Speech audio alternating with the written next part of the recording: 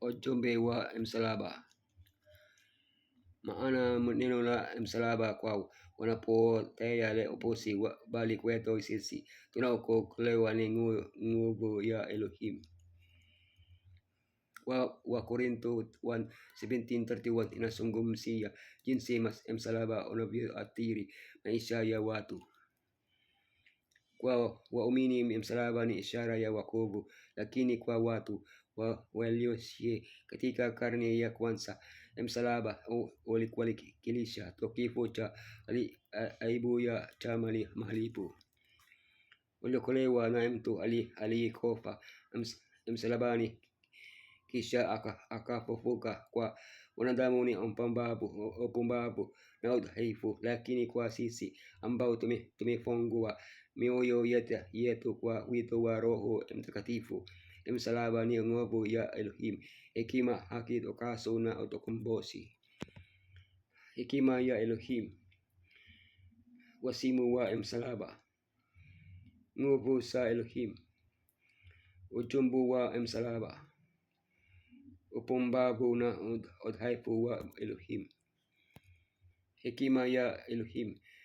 Lakini kwa wale ambao Elohim amewaita Wayahudi kwa Wayunani, Mesaya, nguvu ya Elohim na hekima ya Elohim. Huku Athene, Paulo alikuwa ametumia hekima ya kibinadamu kujaribu kuwashawishi watu wenye hekima. Kuanzia hapo aliamua kutumia hekima ya kimungu tu. Elohim mwenyewe alikuwa amemtuma kuhubiri ujumbe wake bila maneno ya hekima ya kibinadamu, ili msalaba wa Mesaya usipotee nguvu zake. Ni hekima gani ya kimungu iliyohubiriwa na Paulo? Hekima ya Elohim huharibu hekima ya wenye hekima, hutupilia mbali ufahamu wa wenye hekima, amefanya upumbavu hekima ya ulimwengu. Kinyume na mantiki yote ya kibinadamu, hekima ya Elohim inaokoa waumini kupitia upumbavu wa kuhubiri. Wasimu wa msalaba. Bali sisi tunamhubiri Mesaya aliyesulubiwa, kikwazo kwa Wayahudi na upumbavu kwa mataifa. Neno la Kiyunani moria, wasimu upumbavu, limetumika mara 5 katika wawa. Ujumbe wa msalaba ni upumbavu kwa wale wanaoangamia. Kwa ni njia ya upumbavu wa kuhubiri ilimpendeza Elohim kuwaokoa wale wanaoamini. Mesaya aliyesulubiwa, upumbavu kwa mataifa. Kwa mwanadamu wa asili, mambo ya roho wa Elohim ni upumbavu. Kwa maana hekima ya ulimwengu huu ni upumbavu mbele za Elohim.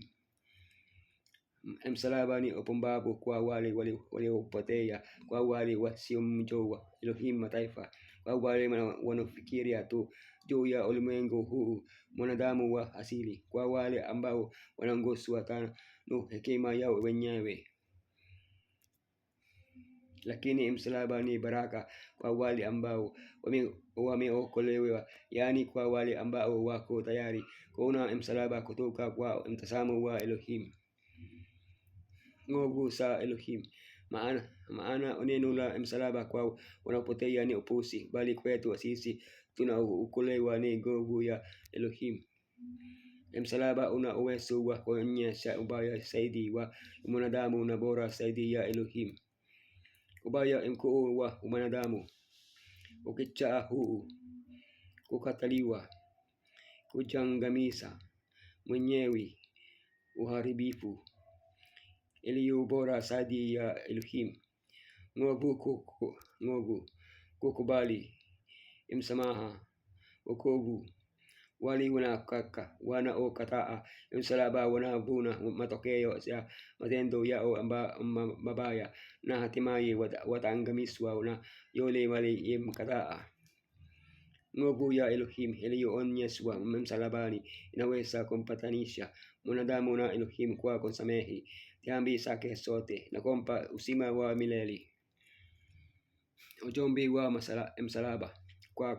kwa kuwa kwa hekima ya Elohim ulimwengu hakumtambua kwa hekima yake. Elohim alipendezwa na upumbavu wa mambo yaliyohubiriwa kwa wale wanaoamini.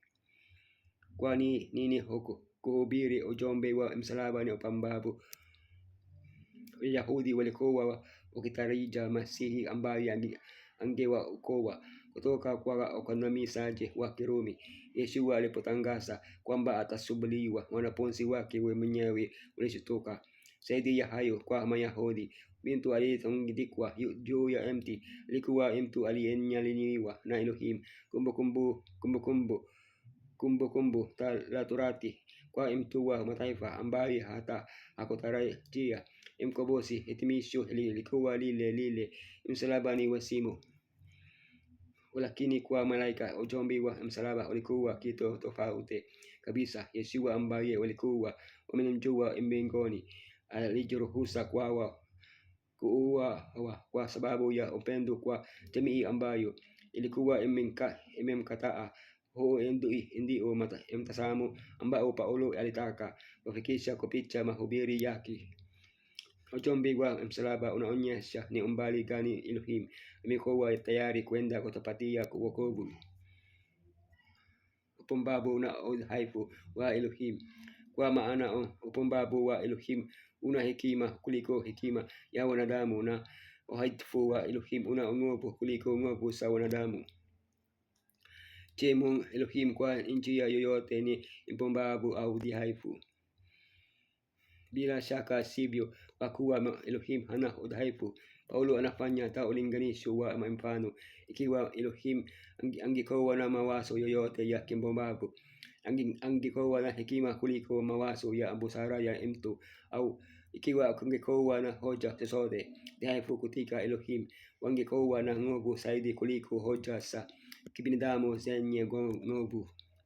Hekima yote iliyokusanywa kutoka kwa watu wenye hekima zaidi haiwezi kuona mpango wa wokovu kwa mwanadamu.